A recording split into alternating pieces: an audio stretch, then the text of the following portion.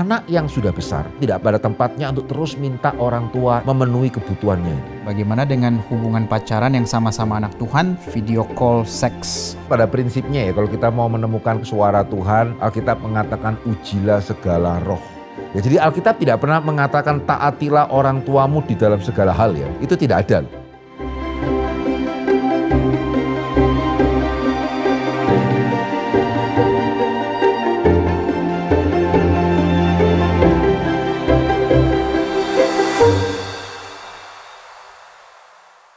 Selamat datang di Fokus Q&A, Fondasi Kekristenan untuk Semua.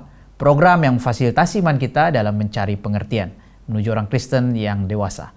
Saya Kies sebagai host dan di sini sudah hadir Pendeta Dr. Henry Ongkowijoyo, dosen perjanjian baru dari STT Reform Injil Internasional yang akan meresponi pertanyaan-pertanyaan kita. Halo Pak Henry, terima kasih untuk kesediaannya untuk kembali menjawab pertanyaan-pertanyaan dari pendengar kita yang hari ini mengirimkan pertanyaan dalam pergumulan hidup. Yang pertama Pak, saya sadar saya sangat takut gagal. Sampai ke pemikiran dalam segala sesuatu saya akan ekspektasi yang terburuk. Agar seandainya yang terburuk itu terjadi, saya tidak terlalu bersedih. Namun sekaligus saya sangat enggan untuk meminta dari Tuhan. Saya merasa bersalah meminta kepada Tuhan karena setiap kali saya meminta, merasa diri saya tidak bersyukur. Jadi kondisinya saya terjebak di pemikiran pesimistik sekaligus enggan meminta pertolongan. Apakah salah saya takut gagal dan kapan meminta sesuatu kepada Tuhan itu masih bersyukur atau tidak? Oke, baik. Ya, terima kasih ya untuk pendengar yang boleh men-sharingkan pertanyaan ini. Ya, tentunya ya perasaan takut gagal itu sendiri tidak salah. Dan bahkan sebetulnya ya kesanggupan untuk melihat hal yang buruk sebelum hal itu terjadi ya. Kita bahkan bisa menggolongkannya sebagai suatu bakat dan suatu bakat yang diperlukan. Ya, tapi seperti ya di dalam kasus-kasus lain dalam dunia berdosa ya. Bahkan hal yang baik bisa mendatangkan apa yang buruk kalau kita tidak berhati-hati. Nah, dalam hal ini tentunya ya akhirnya kekhawatiran yang berlebihan, ya kecemasan yang berlebihan, pesimisme yang berlebihan itu nantinya yang akan mendatangkan hal yang tidak baik. Ya karena jikalau kekhawatiran itu pada tempatnya ya itu akan menolong kita untuk waspada. Ya tetapi kalau kekhawatiran itu berlebihan hanya akan membuat kita panik atau kita kemudian tidak mau melakukan apa-apa. Nah ini yang saya rasa tidak baik kalau sudah sampai di dalam tingkatan ini. Ya tapi di sisi yang lain tadi pada waktu saya mendengar ya ada kaitannya ya ketika tadi yang bertanya kemudian juga mengatakan dia enggan berdoa. Ya sehingga bisa dikatakan at least bagi orang Kristen ya kalau kita enggan berdoa dan kita bukan orang yang naif, kita yang tahu bahwa ini dunia berdosa, ini dunia yang berbahaya dan gitu ya banyak hal di dunia ini yang melampaui kekuatan kita. Ya wajar sekali ya kalau kemudian kita bukan hanya khawatir tapi kemudian menjadi kekhawatiran yang berlebihan. Ya karena memang secara realita ya kenapa kita khawatir karena kita pada waktu membandingkan apa yang bisa terjadi dengan kesanggupan kita untuk menanganinya ya memang tidak sebanding.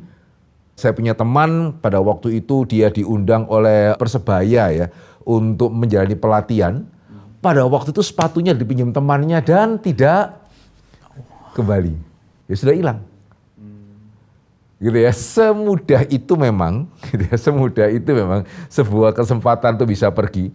Ya sehingga kalau tadi yang bertanya ini merasa keengganan untuk berdoa, ya tidak ada kemungkinan apalagi kalau memang sudah punya pembawaan seperti itu ya akan terus-menerus jatuh ke dalam kekhawatiran yang berlebihan. Ya jadi kuncinya adalah bagaimana kita khususnya mempunyai sifat seperti itu ya justru harus lebih banyak berdoa sebetulnya ya, bukannya kemudian lebih tidak berdoa gitu. Apakah berdoa itu berarti tidak bersyukur? Ya, nah ini cukup unik ya karena biasanya yang lebih sering saya temukan adalah saya ini enggan berdoa karena saya nggak yakin dijawab misalnya itu ya gitu ya. Ini memang cukup khusus ya. Saudara tidak berdoa karena takut dianggap kurang bersyukur. Nah sebetulnya juga tidak tepat sih kalau mau dikatakan seperti itu ya. Jadi kita berdoa itu kan bukannya doa yang baik harusnya diawali dengan ucapan syukur. Ya jadi doa itu sebetulnya ya kalau doa itu benar bukan tanda kita tidak bersyukur ya. Doa yang benar itu harusnya terkait dengan hidup yang bersyukur. Karena sebelum kita berdoa kita bersyukur dulu.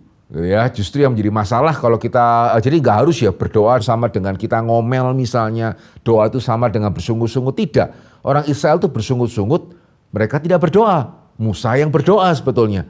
Ya, jadi justru doa itu menghindarkan kita dari bersungut-sungut karena kita di awal kita bersyukur. Ya, kenapa kita berdoa kepada Tuhan? Karena kita percaya Tuhan sudah memelihara kita. Yaitu kenapa kita bersyukur terlebih dahulu, kemudian kita meminta pemeliharaan Tuhan lebih lanjut. Ya, demikian juga setelah kita melihat Tuhan mengabulkan doa kita akan bersyukur lebih lagi. Gitu ya, kita akan bersyukur lebih lagi dan melalui itu juga kita lebih belajar percaya kepada Tuhan. Jadi sebetulnya agak, ya tidak seharusnya lah, bahkan kalau mau dikatakan agak jauh sih ya kaitan antara doa dengan tidak bersyukur. Bersungut-sungut tidak bersyukur. Doa harusnya tidak sama dengan tidak bersyukur. Kapan harus berdoa, Pak?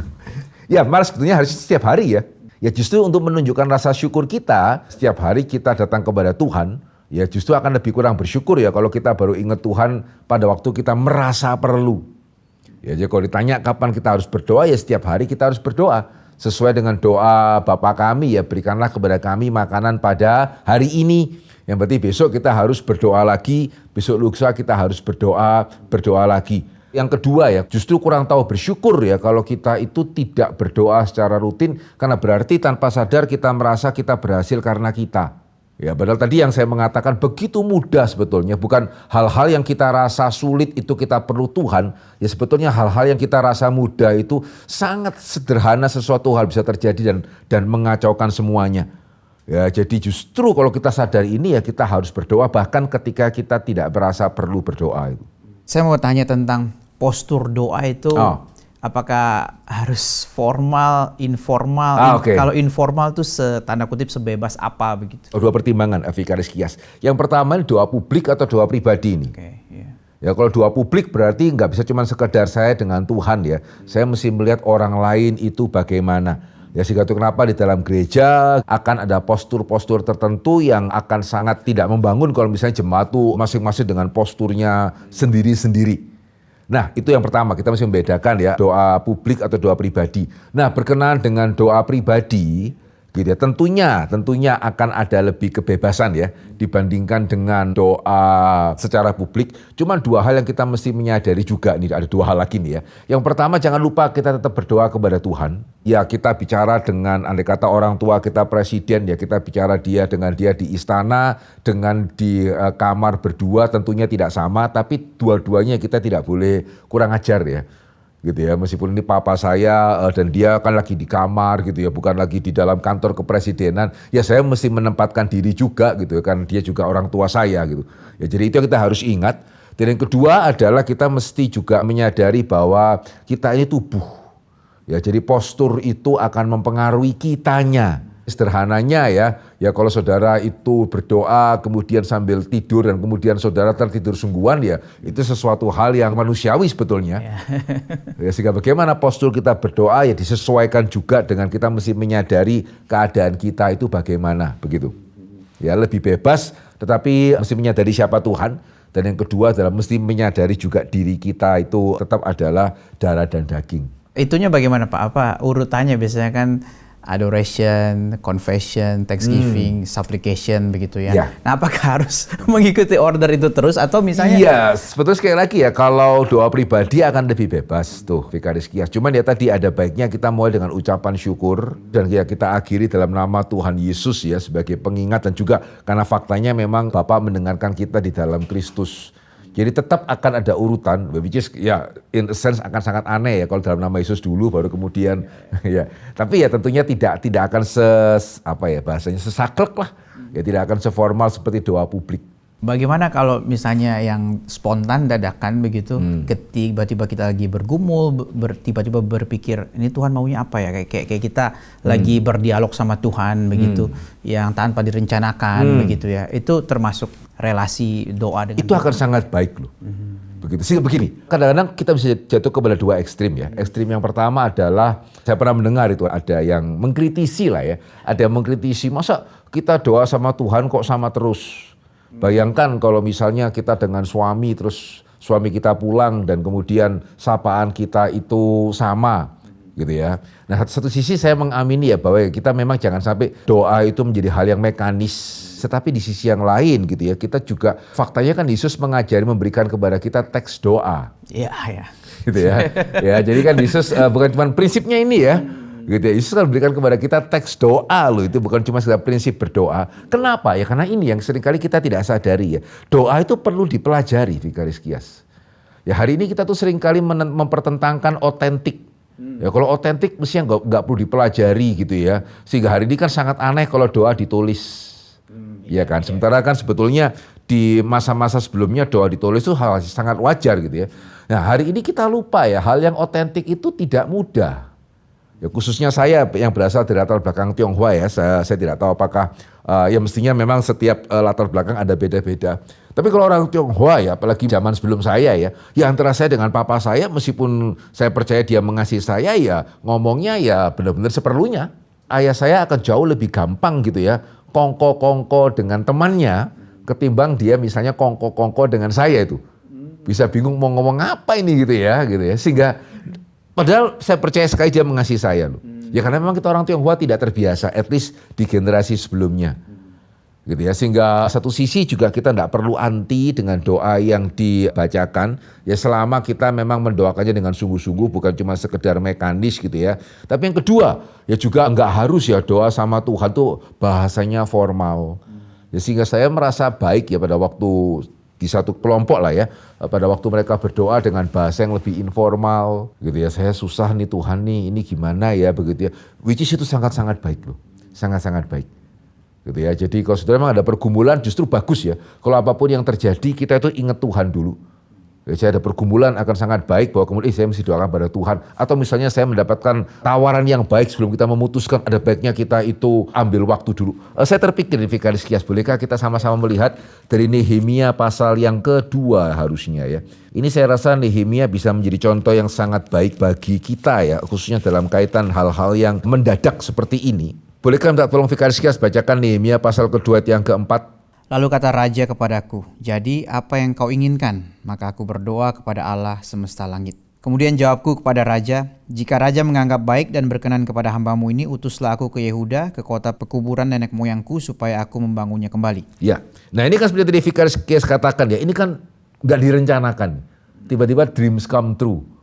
Gitu ya, raja bertanya, kamu mau apa sih? Gitu ya. Nah ini lebih sulit, jauh lebih gampang ketika kesulitan terjadi kita ingat Tuhan. Daripada ketika dreams come true kita ingat Tuhan. Dan ini yang saya belajar dari Nehemia ya. Meskipun saya harus mengakui lebih sering mungkin kita gagal gitu ya. Dia ingat dreams come true bukannya oke, saya jawab langsung. Dia ambil waktu. Ya tentunya dia nggak akan mengatakan raja sebentar ya saya berdoa dulu. Dalam momen yang sangat singkat itu dia berdoa dalam hatinya sebelum dia menjawab. Gitu ya. Itu sangat baik loh. Ya, jadi dalam momen yang sedemikian singkat dia ingat Tuhan dan dia minta Tuhan sebelum saya menjawab pimpin saya begitu ya, dan dia menjawab dan raja benar-benar mengabulkan. Ya sehingga apalagi kalau kita dalam kesulitan ya tentunya akan sangat baik kalau kita ingat Tuhan dan bukannya kemudian semata-mata memutuskan dengan hikmat sendiri begitu. Bagaimana peran komunitas gereja melalui persekutuan doanya itu menguatkan kita juga secara pribadi Pak ya? Akan sangat ya, dalam persekutuan doa itu kita belajar dua hal. Yang pertama kita belajar berdoa secara lebih luas. Which is sekali lagi kita mesti menyadari kelemahan kita ya. Kalau sendirian kita tidak akan berdoa sebanyak itu untuk orang luar ketimbang kalau bersama-sama. Gitu. Dan yang kedua gitu ya, sebetulnya akan sangat baik juga ya. Mungkin ini lebih di KTB mungkin. Karena kalau persekutuan doanya jumlahnya banyak agak sulit ya. Sangat baik loh untuk ada orang lain yang mendoakan kita. Ya jadi kalau dalam kelompok kecil sebetulnya sangat disarankan di terakhirnya biasanya mau didoakan apa nih. Dan saudara kalau ada orang yang menawarkan saudara mesti minta loh. Dan juga kalau ada orang sisi yang lain ya, kalau ada orang minta ya kita mesti doakan. Jujur saya satu kali sangat kecewa ya. Pada waktu ada salah seorang, Pak Hendri mau didoakan apa? Gitu. Oke saya ngomong kan, bulan depan saya tanya, kamu masih ingat gak yang saya minta didoakan apa? Waduh saya sudah lupa. Saya pikir kamu dulu niat enggak nih? Ya karena pada waktu dia nanya begitu, saya expect dia mendoakan. Dan karena saya percaya doanya dia itu bukannya tidak penting. Sehingga ironis sekali ya kalau malah yang mendoakan kemudian lupa gitu. Seolah-olah doa dia untuk kita tidak penting gitu. Jadi kalau ada orang yang minta kita mau didoakan, wah saudara mintalah gitu. Ya, tapi sebaliknya ya yang minta harap sungguh-sungguh. Ya kalau sudah minta ya terus orang mengatakan ya doakan begitu ya. Jangan kemudian just doakan kemudian dia lupa gitu. Berarti kan kurang sungguh-sungguh. Saya ingat baca Martin Luther ya. Martin Luther itu ini konteksnya dia melawan setan ya. Dia sangat merasa perlu didoakan begitu. even Martin Luther begitu, dan dia pernah Oh iya, marah semua orang. satu jemaat yang dia tahu tidak suka mendoakan nama Tuhan, dia marah. Ya. Paulus pun kan juga sering minta doakanlah kami ya. Iya. Gitu ya. Dan yang menarik kalau ini kembali saya teringat ini, Rika Rizkias, bolehkah kita melihat ya dari 1 Tesalonika pasal yang terakhir ya, ayat yang ke-25. Saudara-saudara, doakanlah kami. Nah, ya padahal khususnya kalau kita tahu ya, jemaat Tesalonika ini bukan jemaat yang terlalu matang bagaimana itu. Karena Paulus tidak lama di sana, terjadi penganiayaan sehingga dia harus meninggalkan kota itu sebelum waktunya. Jadi ibaratnya katekisasinya mungkin baru separuh atau 3/4 dia sudah harus pergi ya. Itu pun dia minta jemaat yang seperti ini doakan saya. Gitu, sehingga iya saya sangat mengamini gitu ya. Martin Luther ketika dia agak merasa upset, kenapa nggak didoakan ya? Kan itu berarti menunjukkan dia menilai doa itu penting. Bagaimana kita mengerti urutan lebih penting atau kurang penting antara berbagai perintah Tuhan dalam Alkitab? Misalnya perintah hormati orang tuamu, melawan beranak cuculah ya, dalam kasus ekonomi keluarga. Saat ini kondisi sandwich generation sudah banyak ditemui. Contoh, teman saya perempuan usia 30 tahun sulit mendapatkan pasangan yang mau atau bisa menanggung hidup orang tuanya yang tidak bekerja lagi. Lalu mamanya jualan kue hanya cukup untuk hidup sehari-hari. Biaya kontrak rumah dan lain-lain untuk orang tuanya ditanggung teman saya ini. Sampai teman saya tidak ada waktu istirahat apalagi berkomunitas. Habis untuk kerja demi mencukupi kebutuhan orang tua dan dirinya. Papanya mengatakan begini pada teman saya, anak itu aset ortu. Uang anak itu sudah pasti uang orang tua meskipun anak sudah kerja. Soalnya dari kecil kan papa sudah keluar uang. Oke, wow. Ya sekali lagi terima kasih untuk pertanyaannya. Ya saudara, di dalam Alkitab memang kita melihat bisa jadi ya ada yang dianggap lebih prinsip dan seterusnya. Tetapi khususnya di dalam kasus ini ya, satu keyakinan yang kita harus pegang adalah sebetulnya ya firman Tuhan kalau kita mengerti secara benar tidak akan terjadi pertentangan. Jadi tadi kan ada perbenturan antara dua firman Tuhan. Yang pertama adalah beranak cuculah. Yang kedua adalah hormatilah orang tuamu, sementara yang bersangkutan ini adalah sandwich generation. Dan tahu apakah ada keterangan nggak papanya itu sakit atau sehat begitu? Nah, tidak hanya dibilang tidak ada income saja. Oh, oke, tidak ada income ya. Iya, begini. Jadi di dalam hal ini ya kita perlu memahami kedua ayat ini secara tepat. Ya, yang pertama berkenaan dengan beranak cucu lah, betul itu adalah perintah atau mandat yang Tuhan berikan kepada semua orang. Ya, sehingga izinkan saya mengatakan begitu ya bahwa merupakan suatu kewajiban dan keharusan bagi setiap orang Kristen. Ya karena kita bicara mengenai Alkitab gitu ya yang diyakini oleh orang Kristen tentunya sebagai kebenaran. Ya kalau kita percaya Alkitab itu sebagai kebenaran ya dan sebagai firman Tuhan, maka adalah kewajiban bagi orang Kristen untuk menikah dan mempunyai anak. Ya, kecuali memang ada alasan-alasan yang bisa dipertanggungjawabkan atau kecuali memang Tuhan tidak menghendakinya. Ya, jadi seperti yang pernah kita bahas dalam kesempatan yang lain, keluarga Kristen ya harus berusaha punya anak. Tapi kalau memang Tuhan tidak kasih, ya sudah. Ya bahkan waktu itu saya mengatakan saya tidak mengkategorikan bayi tabung sebagai keharusan ya. Ya karena bukan cuma sekedar masalah ekonomi saja. Ya, tapi ya dia harus semaksimal mungkin. Ya meskipun tidak harus bayi tabung dan kalau dia sudah maksimal dan Tuhan tidak kasih ya sudah. Dan hal yang sama seharusnya itu berlaku untuk mencari pasangan hidup. Saya tidak mau memberikan beban yang lebih. Ya sehingga kalau saudara sudah merasa saya sudah berusaha mencari Tuhan tidak kasih. Ya itu adalah tanggung jawab saudara di hadapan Tuhan. Saya tidak akan berikan beban lebih. Tapi secara umum adalah kita mempunyai tanggung jawab untuk membentuk keluarga. Kecuali ada alasan yang bisa dipertanggungjawabkan. Nah tapi apakah kemudian itu berbenturan dengan hormatilah orang tuamu? Tidak, ya karena Alkitab itu membedakan antara menghormati dengan menaati. Nah ini kita harus pegang nih. Ya jadi Alkitab tidak pernah mengatakan taatilah orang tuamu di dalam segala hal ya. Itu tidak ada loh. Hormatilah orang tuamu itu ada, taatilah orang tuamu itu ada batasan. Ya beda dengan hormati orang tuamu. Ya sehingga kita bisa tidak taat sambil tetap hormat. Ya contoh sederhana yang sering kali saya pakai adalah tinggalkan imanmu, misalnya gitu ya. Ya kita nggak bisa taat kan. Tapi di dalam ketidaktaatan kita kan tidak harus kita kemudian tidak hormat. Bentak-bentak lah dan seterusnya. Nah saya percaya dalam hal ini juga berlaku ya. Jadi kalau orang tua kita memang salah, pemahamannya salah, dan dari pemahaman yang salah itu dia memberikan perintah yang salah, ya kita bisa diberikan hak untuk tidak menaati meskipun tetap dengan hormat. Nah di dalam kasus tadi tentunya saya percaya kita orang Kristen, dan saya nggak tahu ya ini tadi orang tua temannya Kristen atau tidak, gitu ya. Karena kalau dia orang Kristen ya berarti ini cukup memprihatinkan ya, menganggap anak itu sebagai aset kita. Ya tidak ya, atau bahkan juga loh andai kata pun ya yang bersangkutan bukan orang Kristen, tetap ada prinsip keadilan yang akan membuat tidak adil untuk membuat anak itu dianggap sebagai aset kita. Jadi jangan berpikir adil ya, pada waktu kamu kecil papa biayain kamu, sekarang pada waktu papa besar uangmu punya papa. Adil, tidak loh. Karena pada waktu papanya kecil juga orang tua papanya membesarkan dia. Ya sejarah ini berjalan dengan pada waktu kita kecil orang tua membesarkan kita. Pada waktu kita besar kemudian kita berterima kasih atau bersyukur kepada orang tua, membalas jasa budi orang tua dengan kita berkeluarga, kemudian memperlengkapi anak kita, membesarkan anak kita, demikian seterusnya. Ya sehingga dengan itu sejarah bisa berjalan. Ya kalau semua orang tua punya konsep seperti papa ini, ya meskipun terlepas dari Kristen atau tidak Kristen, sejarah berhenti ini. Ya saya sudah besarkan kamu loh ya, kamu punya saya. Loh apakah memang papanya juga semua miliknya itu diberikan kepada papanya dia atau kakek neneknya? Kalau gitu ya papanya gak bisa punya anak kan. Ya jadi jangan pikir kalau prinsip keadilan saya sudah besarkan kamu, sekarang kamu punya saya. Enggak, karena kita bisa membesarkan anak karena dulu ada orang tua yang membesarkan kita dan bersyukurnya orang tua kita tidak punya konsep kayak kita. Gitu ya, jadi even bukan Kristen itu sangat tidak fair untuk menganggap anak aset kita gitu. Ya karena nggak ada di antara saudara yang langsung besar atau yang kecilnya tidak perlu orang dewasa membesarkan saudara. Apalagi kalau Kristen. Gitu ya, yang percaya anak itu adalah anugerah Tuhan. Sehingga ini jelas satu konsep yang salah gitu ya, yang melahirkan akhirnya satu permintaan yang salah. Ya sehingga dalam hal ini ya kita bisa untuk tidak menaati meskipun dengan hormat.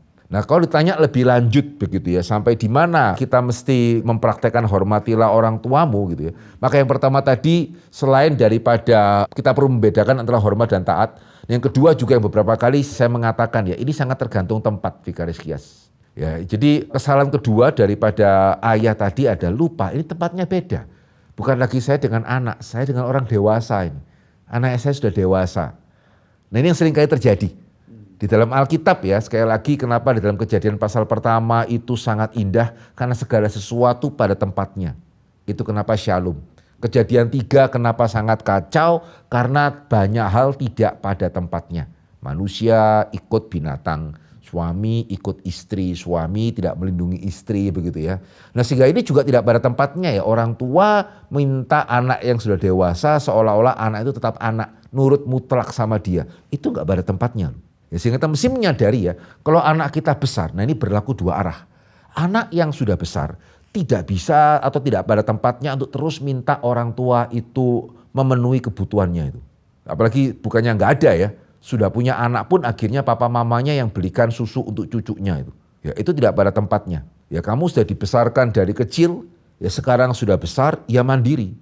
Gitu ya, tidak bisa karena saya kan anak papa mama, meskipun jelas itu benar ya, tapi kan kamu anak papa mama yang sudah dewasa gitu ya, dan sudah disekolahkan dan seterusnya, sehingga tidak bisa kemudian anak yang sudah dewasa minta atau bergantung kepada orang tuanya itu seperti pada waktu dia masih kecil.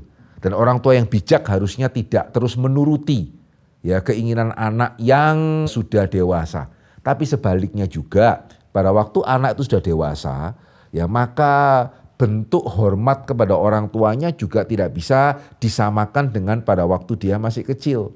Papa bilang tidur jam segini ya kamu tidur jam segini.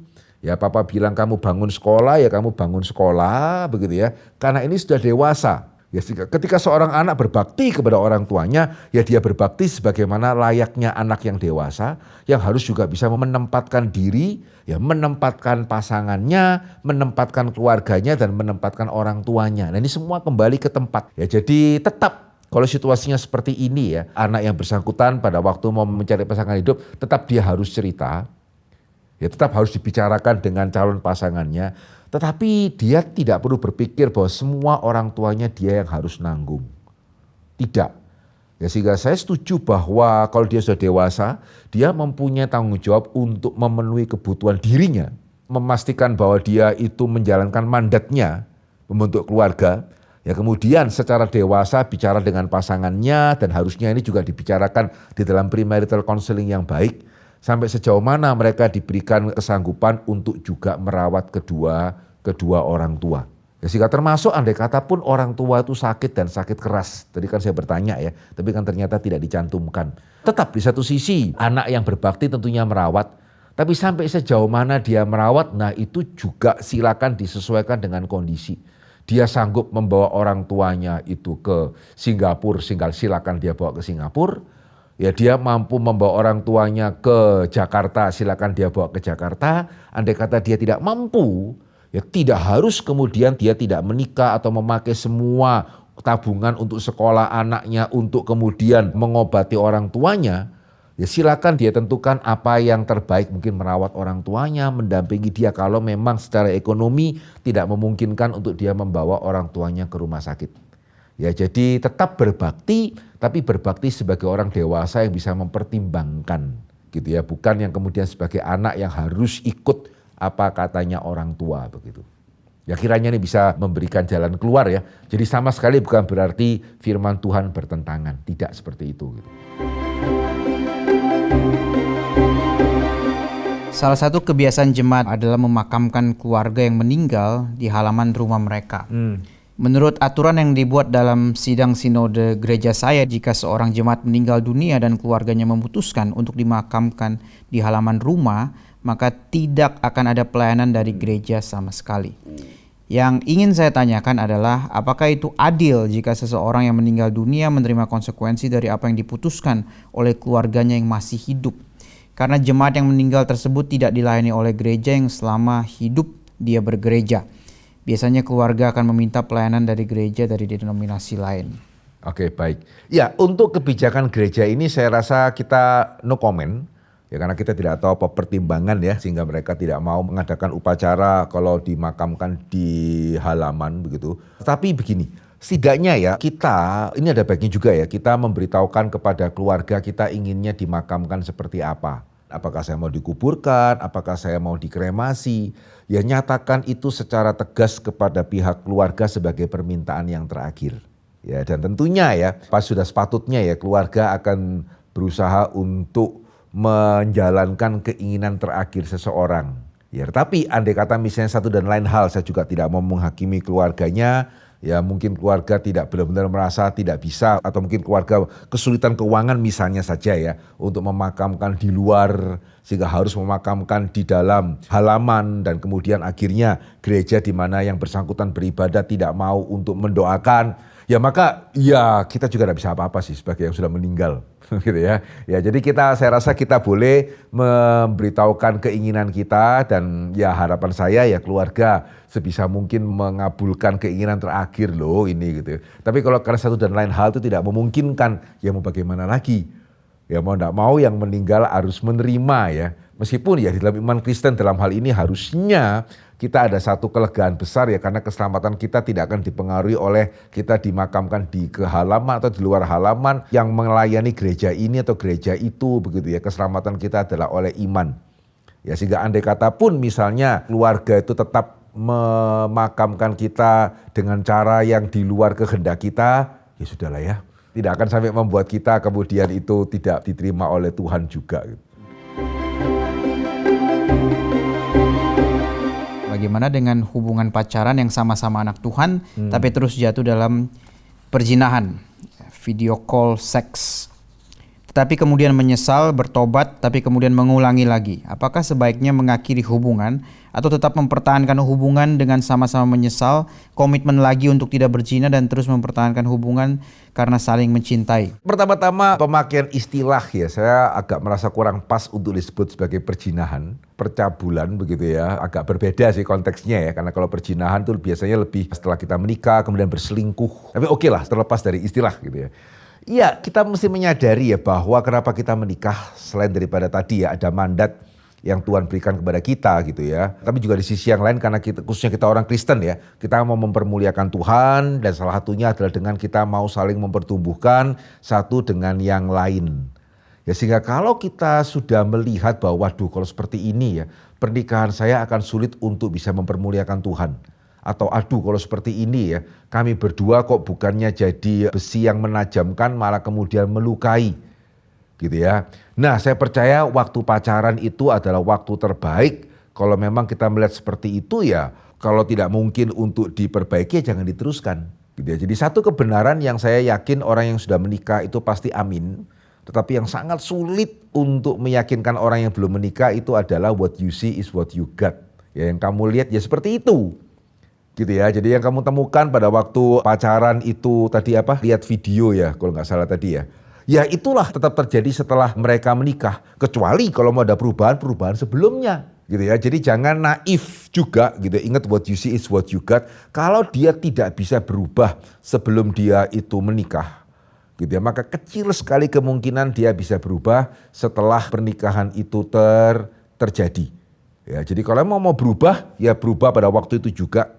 Ya saya asumsikan gitu ya, saya asumsikan aja sepertinya yang cowok nih ya gitu ya, yang melihat just asumsi ya. Ya minta cowoknya benar-benar berubah, lihat komitmennya seperti apa. Kalau memang benar-benar tidak bisa begitu ya, dan saudara bergumul apakah bisa memuliakan Tuhan kalau seperti ini, ya ambillah langkah yang harus saudara ambil sebelum terlambat. Bolehkah minta tolong sekali lagi Vikaris Kias membacakan dari Amsal pasalnya yang ke-22 ayat yang ke-3. Kalau orang bijak melihat malapetaka, bersembunyilah ia. Tetapi orang yang tak berpengalaman berjalan terus lalu kena celaka. Ya, saya rasa ini ayat yang saudara perlu renungan baik-baik. Kalau sudah melihat seperti ini dan pacar saudara tidak bisa berubah, ya bijaklah. Begitu ya, ambillah satu keputusan yang bijak. Tapi kalau saya baca ini dua-dua melakukan, dalam arti ini kan video call ya, berarti sama-sama. Oh. Live berdua begitu, bukan salah satu melihat ke yang lain, porno begitu, tapi ini kan saling begitu. Oke, baik. Oke, terima kasih Vikaris Kias. Tadi saya pikir itu video call dengan pihak ketiga atau siapa begitu.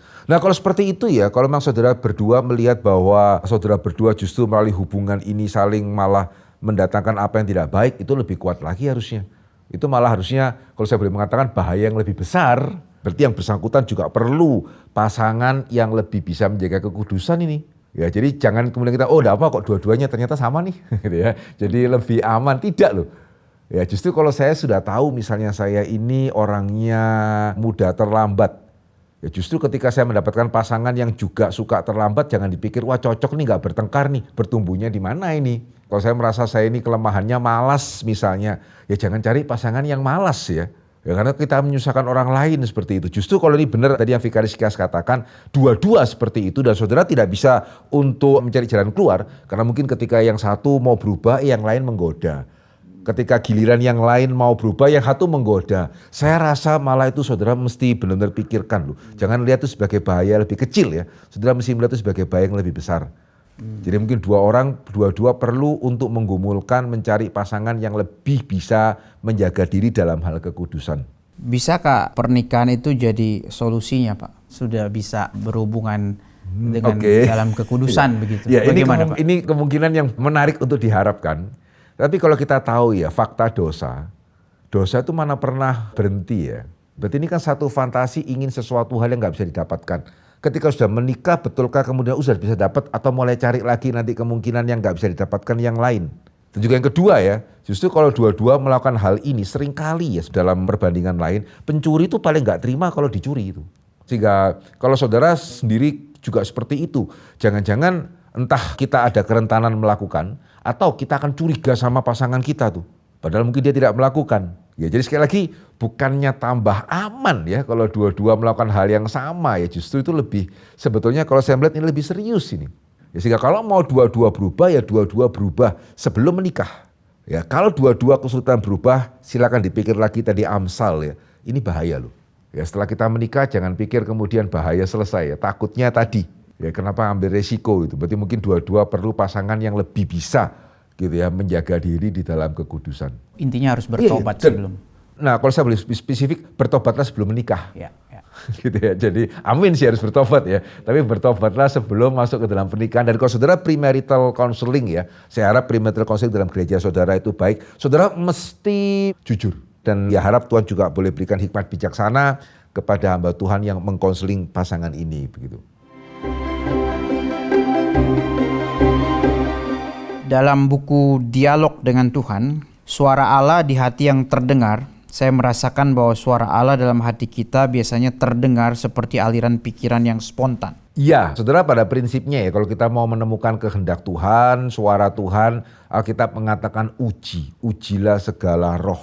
Begitu ya, ujilah, bukan langsung tolak loh ya. Saya tidak mengatakan, saudara, saya juga nggak mengatakan itu berarti salah, pasti bukan, tidak. Tapi prinsipnya adalah uji. Ya, karena tentunya bukan Tuhan saja yang bisa memakai cara itu. Andai kata pun terlepas dari kuasa kegelapan, kita nggak bicara dulu mengenai kuasa kegelapan. Oh, diri kita juga sangat sering berbicara kepada kita dengan cara yang sangat halus itu. Sehingga ada yang mengatakan, dan saya setuju ya, faktanya adalah yang paling sering menipu diri kita adalah diri kita. Gitu. Seringkali, oh enggak, ini spontan kok, dan seterusnya. Ya, sehingga prinsip yang kita berikan itu adalah uji. Ya, bagaimana mengujinya? Ya, tentunya dua yang paling sederhana, sesuai atau tidak dengan kebenaran firman Tuhan. Ya, kalau sudah tidak sesuai ya sudah. Atau kalau saya nggak jelas nih, ini sesuai atau nggak sesuai dengan firman Tuhan. Nah, saudara bisa mengujinya dengan saudara bertanya kepada saudara seiman yang matang, hamba Tuhan, pengurus yang matang misalnya. Atau yang ketiga, berikan ujian waktu, khususnya berkenaan dengan panggilan misalnya gitu. Kalau suara kita itu biasanya lebih mudah hilang ya. Kalau suara Tuhan biasanya, yang saya tahu suara Tuhan itu akan berdurasi lebih panjang gitu. Ya, jadi itu ujian yang kita bisa kasih. Jadi uji ya, jangan berpaku kepada bentuk tertentu, karena sekali lagi terlepas dari kuasa kegelapan, kita sangat jago ya memalsukan apa yang bisa dipalsu untuk menipu diri kita sendiri itu. Ini kan disebutnya itu suara Allah dalam hati kita biasanya, berarti mengasumsikan ini mode defaultnya Tuhan begitu. Oh, oke. Ya, harus. Harusnya firman Tuhan ya Pak? Firman Tuhan gitu ya, meskipun ya ini terima kasih Pak Vikaris Kias, Tuhan bisa. Bisa. Gitu ya, tetapi juga enggak harus, ya betul. Karena kalau enggak, begitu enggak ada suara, bukan suara Tuhan, celaka ini gitu ya. Ya, Tuhan bisa pakai suara hati dan seterusnya gitu ya. Tapi ya Tuhan pakai firman Tuhan, jadi andai kata saudara tidak merasa ada pikiran yang tiba-tiba muncul gitu ya, tapi ya hamba Tuhan misalnya mengatakan satu kebenaran, ya tetap yang bersangkutan harus menganggap itu serius dan tidak harus menunggu sampai ada getaran atau suara pikiran seperti tadi dikatakan begitu. Sombong itu rata-rata kebanyakan tidak berasa atau tidak sadar diri sombong. Oh, oke. Yang kedua, orang yang sombong jarang iri hati, tapi yang iri hati juga sombong. Ya, yang pertama dulu gitu ya. Ya, memang bisa jadi banyak orang yang sombong tidak merasa dia sombong. Karena kalau mungkin dia merasa dia sombong, dia akan berubah. Tapi ya ada juga kan yang sadar dia sombong, kemudian dia berubah. Tapi juga ada loh yang tahu dia sombong, tapi ya lu mau apa? Gitu ya. Ya kan saya begini gitu. Juga bisa. Ya, jadi manusia itu variatif. Ya, jadi kita tidak bisa dengan gampang mengkotak-kotakkan manusia, apalagi manusia berdosa itu semakin berdosa semakin rumit. Ya, demikian juga yang kedua ya, apakah kalau orang sombong tidak iri hati? Ya tidak ya, karena yang beberapa kali juga sudah sempat kita bicarakan, sombong sama minder itu kan sama. Ya, saudara sombong melihat orang yang lebih miskin, saudara akan minder melihat orang yang lebih kaya. Saudara sombong melihat orang yang lebih, mungkin tidak seganteng atau secantik saudara, saudara minder dengan orang lain yang lebih ganteng, lebih cantik gitu ya, yang lebih dipuji dari saudara. Sehingga kalau yang kedua itu lebih sederhana, tidak. Ya, orang sombong itu malah sangat bisa iri. Contoh paling jelasnya di dalam Alkitab ya kita menemukan dalam kitab Esther itu. Ya, Haman itu langsung satu orang tidak mau berlutut, insecure-nya luar biasa gitu. Ya, sehingga dia sampai ingin membinasakan, bahkan bukan cuma satu orang tapi satu bangsanya itu. Sehingga tidak loh, orang sombong sama orang minder itu sebetulnya sama. Ini berarti juga termasuk ya, kalau saudara tidak sombong tetapi minder, sebetulnya saudara juga sombong. Cuman karena ketemu sama orang yang lebih kaya, saudara minder. Ya, tinggal saudara ketemu orang yang lebih miskin, saudara akan sombong. Ya, sehingga kepada mahasiswa seminari ya saya seringkali mengatakan gimana ini? Ya, khususnya kalau kita di GRI memang dalam konteks gereja urban ya.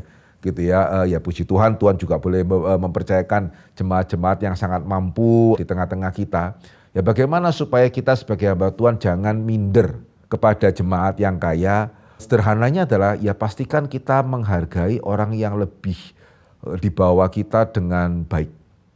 Ya, jadi kalau misalnya ya ada seorang penatua misalnya sangat mampu, kemudian WA saya, ada salah seorang mahasiswa yang kemudian WA saya harus lihat ini, yang mana yang saya jawab dulu ini. Ya, betulkah first come first serve gitu ya, atau wah ini penatua, aduh jawab kalau mahasiswa ini ngerepotkan gitu ya, itu sudah harusnya warning. Ya, sehingga saya percaya ya, saya meyakini kalau saya memperlakukan mahasiswa itu dengan hormat, saya ketemu dengan penatua yang ya katakanlah secara ekonomi sangat baik, ya saya akan bersikap wajar tuh. Ya tapi kalau misalnya mahasiswa itu saya perlakukan dengan lu enggak penting. Maka ketika saya bertemu dengan orang yang in a sense secara manusia lebih penting daripada saya akan tidak ada satu dignitas tuh. Ya jadi hati-hati juga, jangan sampai kita nggak sombong tetapi kita minder. Ya karena sebetulnya itu sama saja gitu ya. Ya yang minder iri, yang sombong juga iri. Tidak ada perbedaan. Oke, terima kasih Pak Ya, Henry. sama-sama. Setiap Ya, jawabannya. menjadi berkat. Kita bersyukur pertanyaan-pertanyaan sudah dijawab, tapi kalau saudara masih mempunyai pertanyaan yang lain, silakan mengirimkan pertanyaan Anda melalui WhatsApp atau komen di YouTube. Link kelas fokus episode 1-25 yang membahas dari penciptaan sampai eskatologi bisa didapatkan di dalam kolom deskripsi. Jika saudara mendapat berkat dari program ini, silakan men-share kepada yang lain. Mari kita bersama bertumbuh menjadi orang Kristen yang dewasa. Tuhan memberkati.